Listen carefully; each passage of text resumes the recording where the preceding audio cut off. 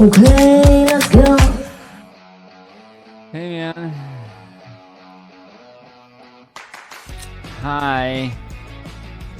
What's going on, man? I fell asleep in my kid's bed, like I was saying, so I slept like shit. Oh, man. Oh, I know. Aw. I know. Oh, man. Well, yeah, that sucks, I guess. When's the last I time you get did that. that? Because you used to do that, because you'd lay with your kids and, like, read them a story or Years. something. Yeah.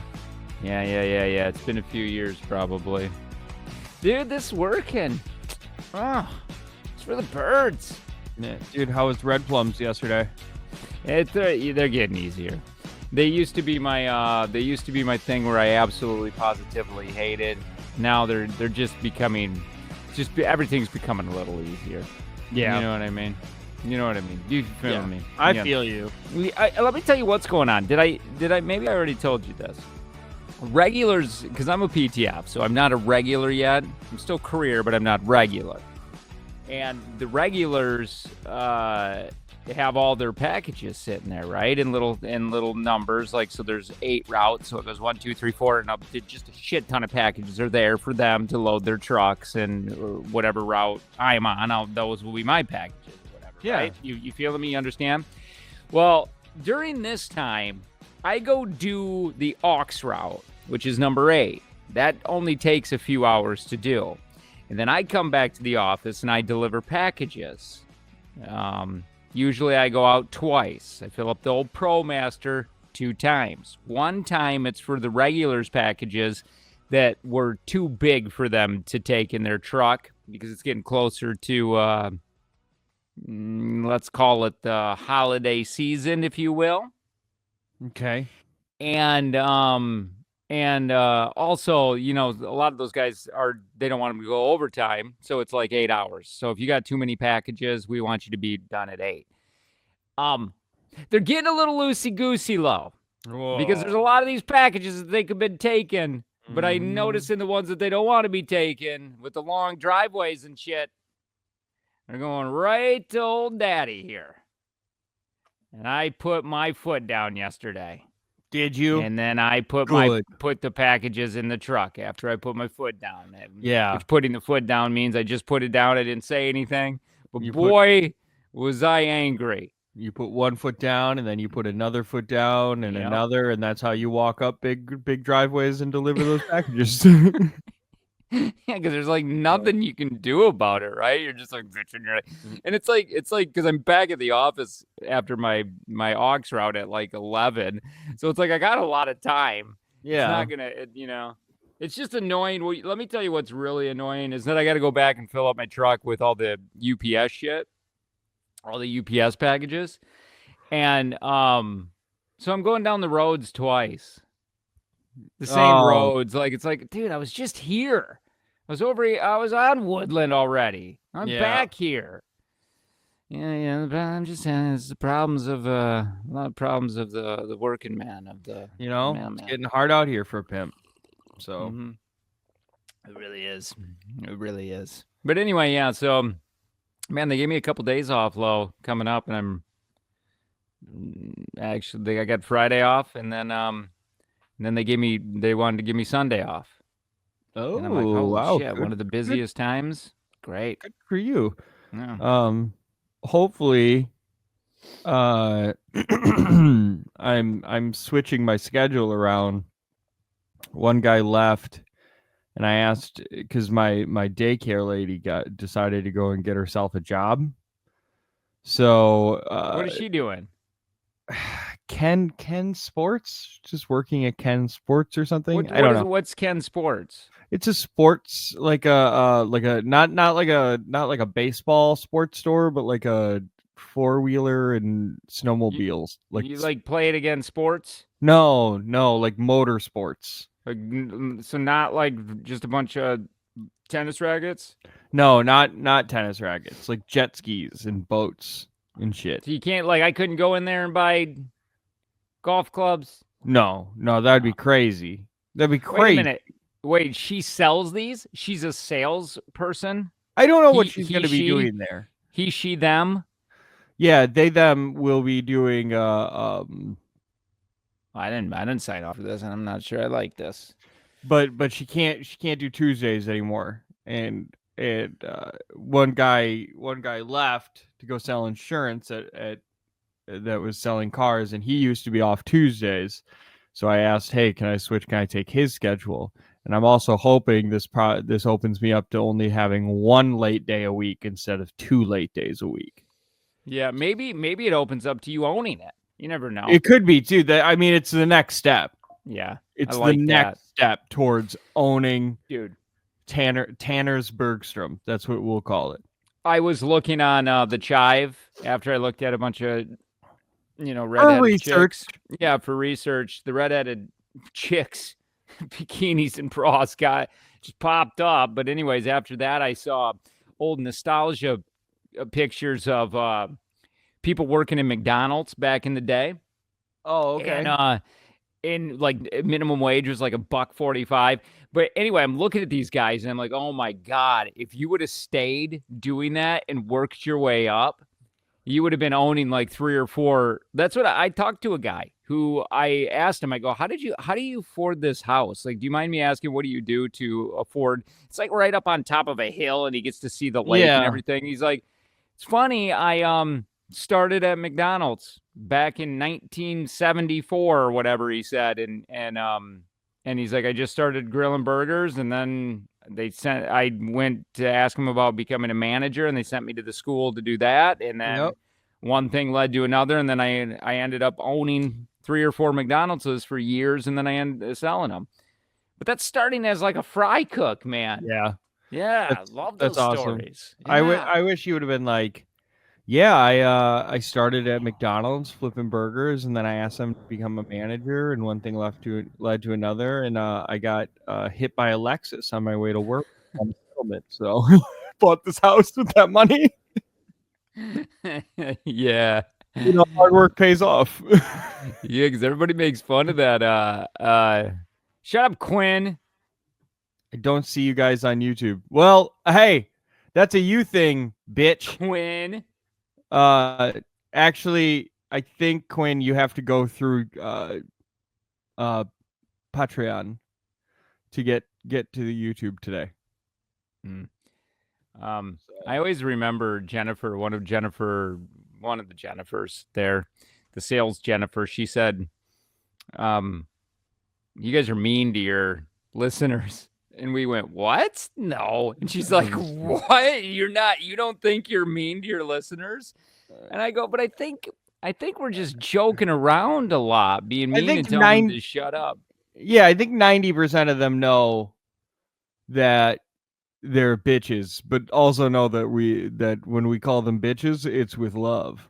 Listen, and yesterday I was saying this, and I want to make sure, I want to see if you agree with this, which I think you will, that our show, and I know it sounds so ridiculous to say this, but I do feel like it was a little ahead of the game, right? Okay, and the reason I say this is I think what people are wanting is reality. I think what they want is realism. I don't think they really want the scripts and all that. They want what I was saying, like the Theo Vons that just roll out of bed, get on and just talk and are truthful. And the way he interviews is real and everything. It's like it's not professional, So, and I think that's what people want. But the bosses, the higher ups in almost every place we worked, they're not there yet. They're older than us. So when you're older than us even, and we're seeing the realism, the reality that we liked, but they don't see it that way. They still want the scripts and the just goofy and just local and everything.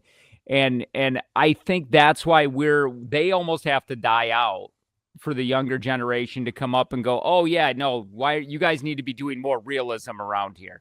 You need to be talking behind I bet you that's going to be a thing. I bet you at one point they're going to be like, you need to talk a little bit more about what's going on in the building because that's what people want to hear. Yeah. And again, I don't know if that's exactly. I'm sure they want a mix of things, but man, we were told don't do. They didn't really want the realism at Yeah, whatsoever. they didn't want it at all. They didn't want any behind the scenes. They didn't want anything like that. They fucking hated that. Yeah. You know, you want to know what I hated? What? Lice checks. When we always had to do lice checks there. Yeah. You know? Well, if we Head lice and pubic lice checks. It was crazy. And Steve the engineer always volunteered for the pubic one. And it drove me bonkers because it's like I got so sick of just seeing him doing it, but it's his eyeballs. He's got big eyeballs, so he could see the little things moving around. He didn't need anything, and he never wore gloves, so he picked them out with his fingernails and stuff. So he was good at it. I mean, what are we gonna say? I mean, he's so good at it. That's the thing. It just seemed like, I don't know, at the end it seemed like, it went like lice check every 6 months. And then it went to him constantly. Like, didn't it seem like it was like every week he wanted to do a pubic check, lice check? Yeah, and they would treat it like remote or not remote, like random drug tests too. It'd be like, oh, random pubic lice check, and be like, I don't think that's real. Yeah, Steve. well, But I also don't know enough to know that it's not real. I know I had one of those. Let's check it out. The last time was that he did it to me. It's not like it was just before we got fired. It was early in the morning. I barely got out of my car. He jumped out of his truck and ran right over. And because he knew, whoop, whoop. Yeah, no, that was the day we got fired because he knew that he wasn't going to have time after, because they told him he knew that he wasn't going to have time after the show to check our pubes, and he just wanted to get one more check in. Yeah, dude. At one point I shaved like bald, and he kind of slapped it, just like that area, and he called me good boy, and I thought it made me feel pretty good. I wouldn't be honest. Like, did he still check you? Yeah, he checked it around, and then he was just like a little slap, like saying good. Yeah, I thought he was saying good job, but in my nice head cock. it was good. And then I don't know. He didn't think he did that. He just said good boy. Oh, and yeah, he would. He went to butterfly kiss it, but I shaved. I went pure, just right down to the skin, once, and then he was like, hey, looks like you don't have any pubes for pubic lice. And I was like, yep. And he was like, bet you got your hair in your butt crack. And he made me touch my toes, and he went there for it. And he looked in there. I was clean. That, man. Yeah. I mean, I was good. I didn't have any pubic lice like ever. Lord, but yeah, I'm super happy. Man, I forgot all about this, to be honest, because it became such a regular thing. It's like a repressed memory. Yeah, I'm gonna put that up on Glassdoor and Indeed. Like, as an Indeed, stuff will come up and be like, "Can you tell me a little bit about the last job you work at?" I should probably write that in there. Yeah, could you imagine Kelly going through that or whatever, or like somebody coming in for an interview and they're like, "Yeah, if it's on Indeed, you guys don't do that pubic lice check anymore, do you?" Yeah, because that feels illegal. I mean, I think you guys are you're doing the Lord's work out here. Yeah. But I'm not. I won't consent to that. Yeah. You gonna watch that Bob Dylan movie? No, I have less than no interest to see that movie. Yeah, I know it. And the problem, Timothy Chalamet, great actor. He was just on Theo Von's podcast for an hour or so, and they were chatting about it. And I know he put a lot of work into it. A lot of heart and soul went into that, but I've never really been I couldn't. I can't tell you one song. Yeah, not one. I just couldn't. But I know that the way he was saying it. I mean, I'm sure reading that book or watching that movie, I would learn a lot and be like, "Oh, Bob Dylan's the shit, man." Yeah. But I can't. He's got a weird Bob Dylan, Bobby Dill. He's that got old a Bobby weird D. way of singing, man. Like Theo Von's called him, he was the first mumble rapper. Yeah. And he's got. I don't like it. But they say that he's changed culture and influence. Yeah, the one thing that I really do like about him is he's such a recluse. When he started getting popular, like he doesn't very seldom does he do interviews. Nobody wants to, or he doesn't talk. He doesn't do anything. He won't like Timothy never met him. He's such a recluse. It's like never. I love Bob that, Dylan's man. still alive? Yeah, right. That's I how just much of a learned that recluse too. he is. Yeah. That's how I didn't know that either. Are we gonna learn about Bob Dylan like we did Cher? Elvis, where it's like we're gonna watch the movie and be like, ugh, he liked him real young, didn't he? I don't know. Well, back in the day, 'Cause man, Elvis liked it him was young. just Aerosmith. They all liked him Howie. young. Yeah. Yeah. I think we all still do. Not we all. I shouldn't have put myself in that. But I think I'd prefer you didn't put me in that either. I think you guys still do. I think it's still 2024. You know what I mean? Yeah. Kyle, can you name some of his songs? And then can you just go ahead and put the lyrics up there, like sing it in text so I can see if I know it? Yeah, just put the lyric in there. Do it, bitch. But yeah, they sure did, you know. Yeah, I just think it was more acceptable. I still think that people like him young here. I really do. I just think it was more acceptable to date and to marry him, you know? That sucks. But you saw the graph. That graph that we put up on Facebook. Remember a year ago or 2 years ago? that was like that was 21. I'm talking like didn't Elvis marry a 13-year-old? That's what I'm saying. I still think yeah, maybe that's I was thinking like more like maybe it wasn't 13, was it? Priscilla Presley, I'm pretty sure she was teens. 13. Yeah. Knock, knock, knocking on heaven's That's door. Bob Dylan? I thought that was Guns N' Roses. Yeah, that doesn't seem. Along the watchtower, like a rolling stone blowing in the wind. That doesn't even fucking rhyme. She was 21 years old when she married Elvis. But when did they start dating? Yeah, how old was Priscilla? She was 14. Yeah, see? Yeah, I don't think 14's a thing. Hey, if you want more of this, we got you covered. Follow the link below for our Patreon. Also, check out our Instagram and our Facebooks. We would love to have you part of the community.